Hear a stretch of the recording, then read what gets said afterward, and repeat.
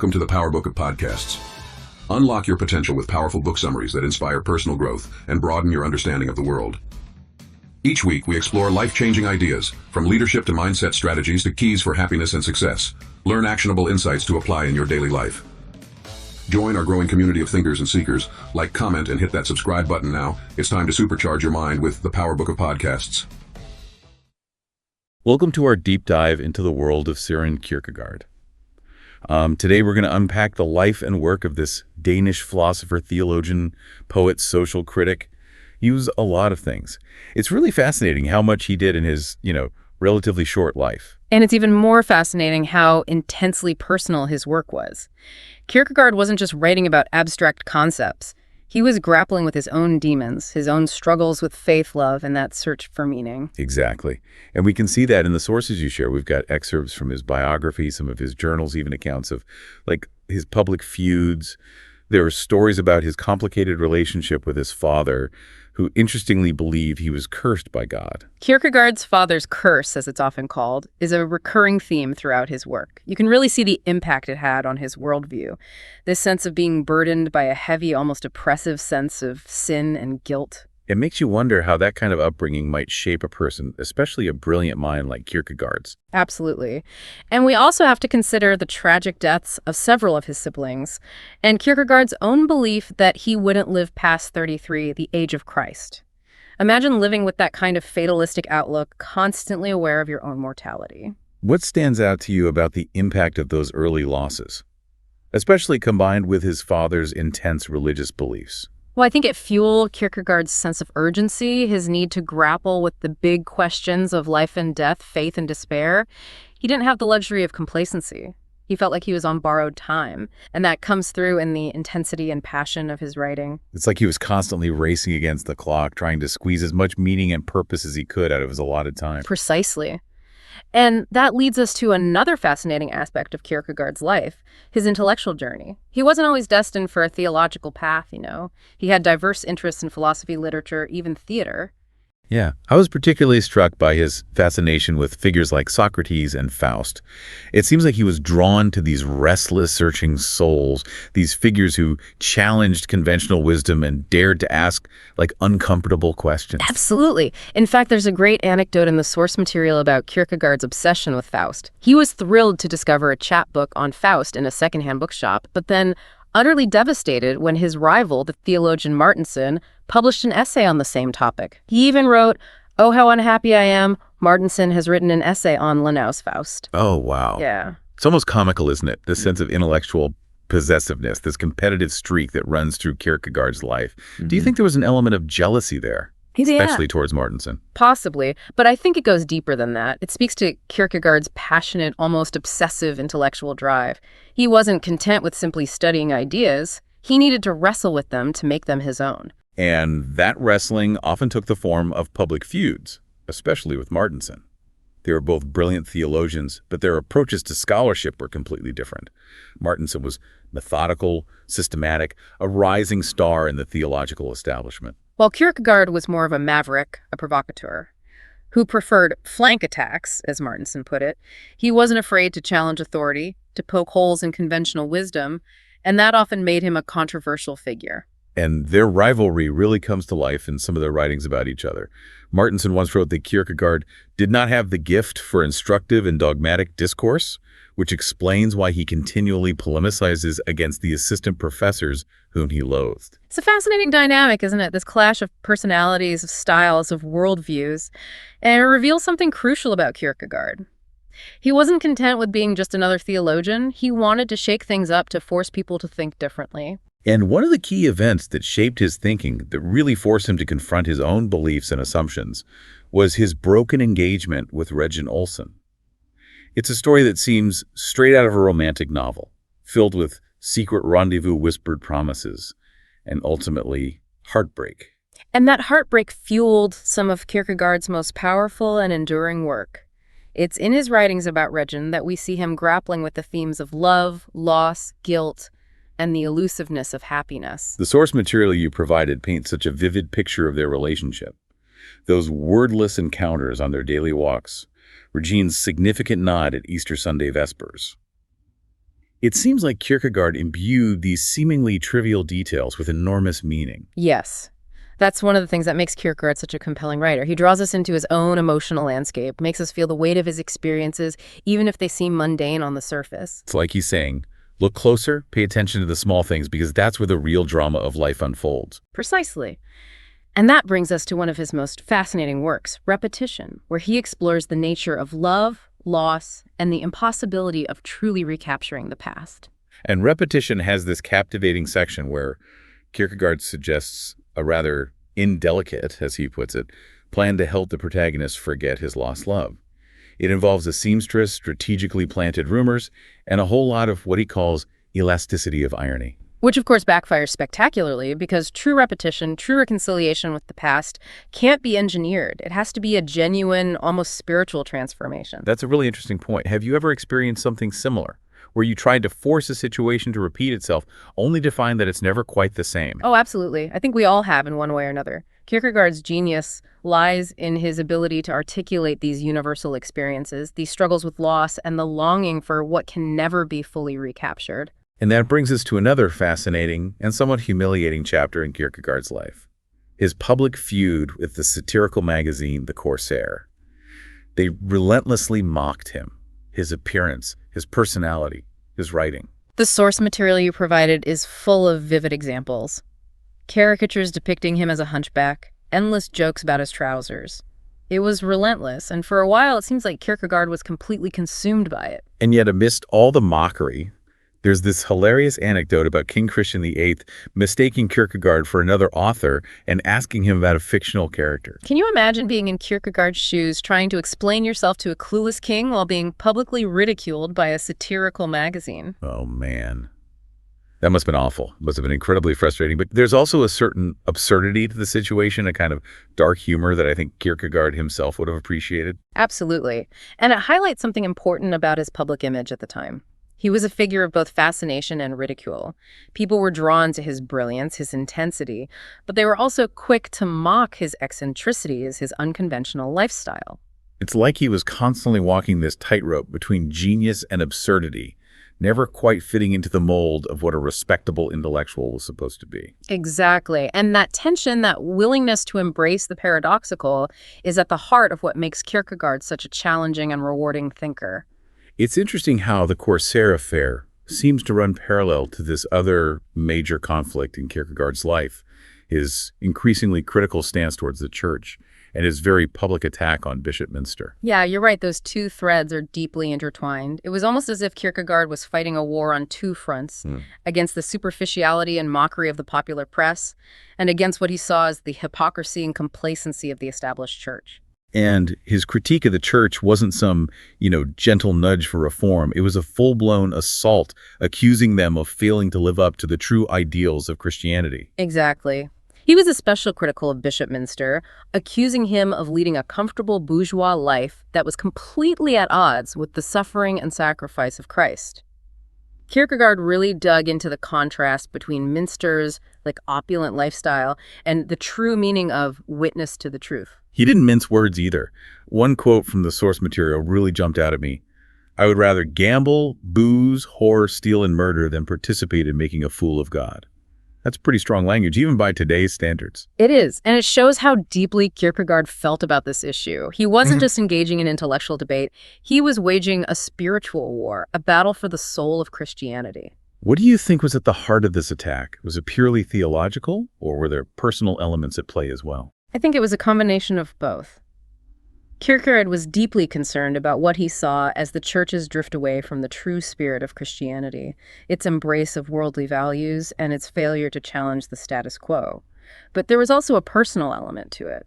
Kierkegaard was a deeply introspective individual, and his own struggles with faith doubt and the search for meaning informed his critique of the church. It's almost as if he was holding the church to the same rigorous standards that he held himself to, demanding a level of authenticity and commitment that he felt was lacking in the established religious institutions. Exactly. And this brings us to a key concept in Kierkegaard's work, the idea of the sickness unto death. I've heard that phrase before, but I've never fully understood what Kierkegaard meant by it. Can you unpack that for us? What is the sickness unto death? It's not just about physical death, as you might assume. It's a spiritual death, a kind of despair that arises from not being true to oneself, from living a life that's out of alignment with one's deepest values and beliefs. So it's about this disconnect between who you are and who you pretend to be, about living a lie, so to speak. Precisely. And for Kierkegaard, this kind of inauthenticity was rampant in Danish society, particularly within the church.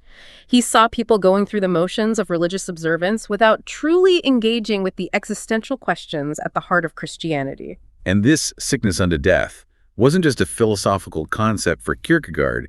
It was something he wrestled with personally, wasn't it? Absolutely. He experienced this despair firsthand, this feeling of being lost and adrift, of searching for meaning in a world that often seemed meaningless.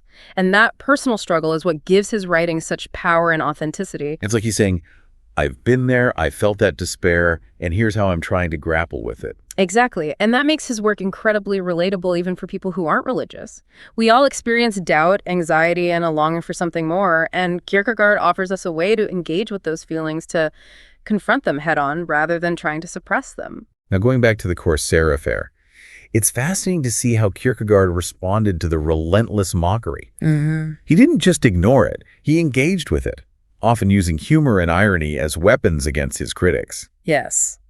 And in a way, he turned the mockery to his advantage. He embraced his role as the eccentric, the outsider, the target of ridicule.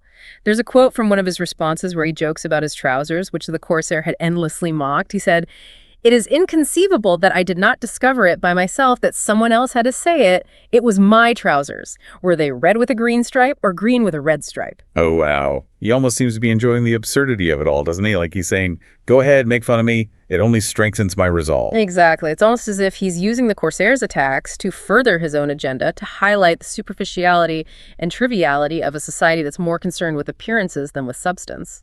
And this strategy of using humor and irony to deflect criticism and expose hypocrisy is something he also employs in his critique of the church. Absolutely. He's a master of turning the tables, of using the weapons of his opponents against them. And it's incredibly effective because it forces people to confront their own assumptions and prejudices. It's like he's saying, you want to laugh at me? Fine, but while you're laughing, maybe you'll start to question the things you take for granted, the things that you've never really thought about before. Precisely. And that's what makes Kierkegaard such a dangerous and subversive thinker. He doesn't just offer different answers to the big questions. He challenges the very framework in which those questions are asked. It's as if he's saying, you're not even asking the right questions. You're so caught up in the superficiality of your lives that you've lost sight of what truly matters. Exactly. And that message, that challenge to wake up and start living authentically, is as relevant today as it was in Kierkegaard's time. Now, one figure who looms large in this period of Kierkegaard's life is the theologian Martensen, who was initially a friend and mentor, but later became a rival and a target of his criticism. Their relationship is really fascinating. They were both brilliant theologians, but they had very different personalities and approaches to scholarship. Martensen was more of a traditional academic, methodical, systematic, a rising star in the theological establishment. While Kierkegaard was, as we've seen, more of a maverick, a provocateur who wasn't afraid to challenge authority and ruffle feathers. Exactly. And the source material gives us some insight into their relationship. Apparently, they once had a long conversation about the state of Danish letters, during which Martensen expressed his disapproval of Kierkegaard's preoccupation with the Corsair. He felt that Kierkegaard was giving the satirical magazine too much attention, too much importance. That's so interesting because it shows the fundamental difference between their personalities and their worldviews.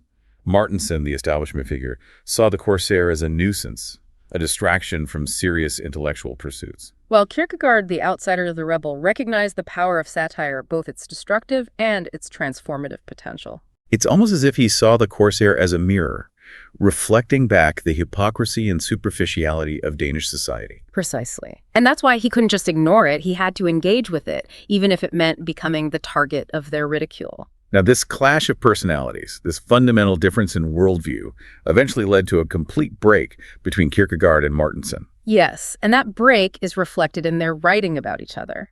Martensen, in his memoirs, dismissed Kierkegaard's work as that long-winded body of literature, which he claimed was of absolutely no concern to him. Ouch. That's a pretty harsh assessment, especially coming from someone who had once been a close friend and mentor. It really shows how deep the rift between them had become. It does, and it highlights the fact that Kierkegaard's critique of the church, his attack on Münster and Martensen, wasn't just an intellectual exercise. It was deeply personal, fueled by a sense of betrayal, a feeling that the institution he had once revered had lost its way. And this sense of betrayal, of disillusionment, is something that comes through very strongly in his writing from this period.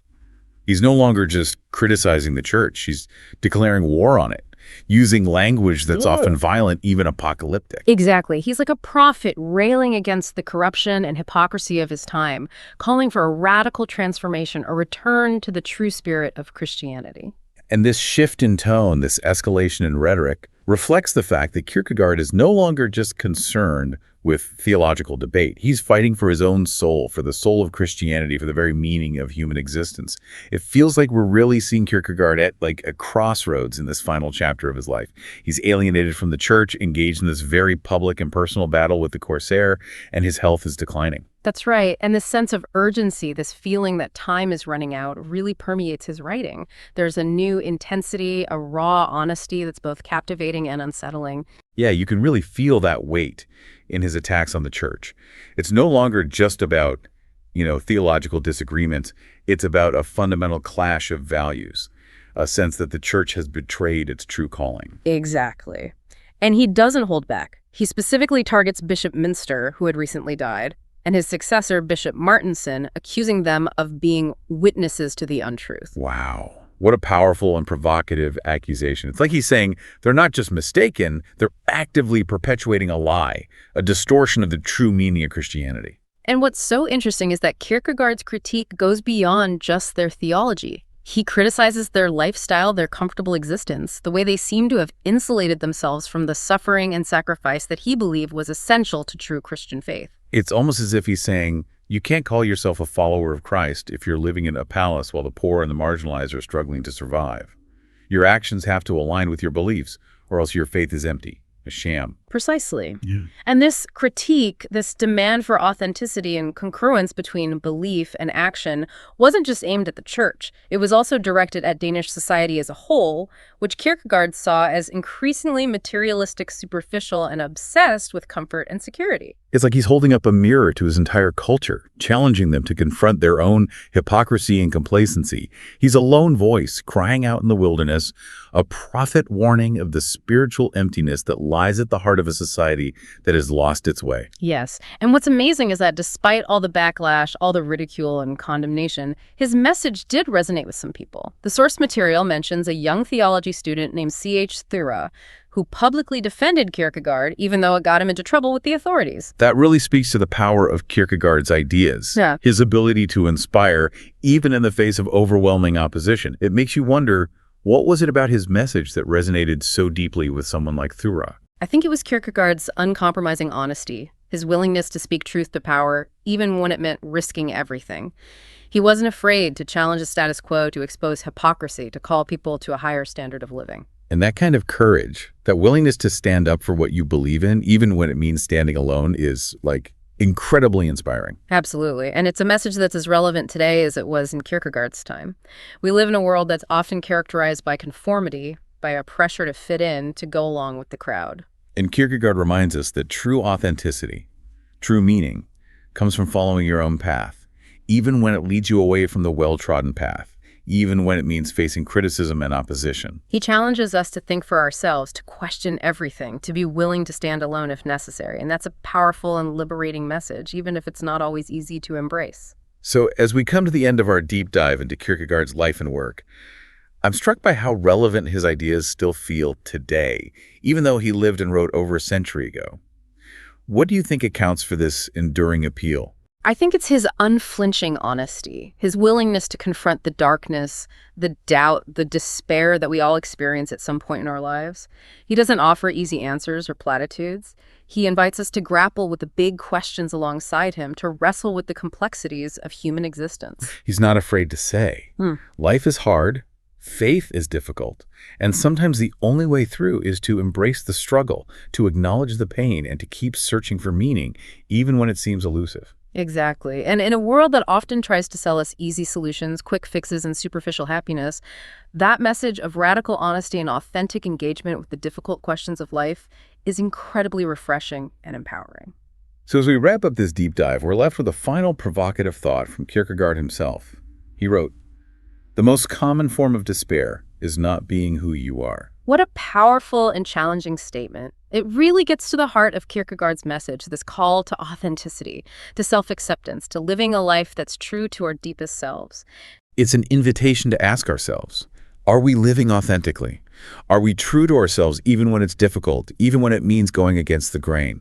Are we willing to embrace the fullness of who we are with all our complexities and contradictions? Those are questions that Kierkegaard never stopped asking himself, and they're questions that we, in our own lives, in our own time, must continue to grapple with. Thank you for joining us on this deep dive into the world of Søren Kierkegaard. We hope this has been an insightful and thought-provoking journey, and we encourage you to continue exploring his work and discovering its relevance for your own life.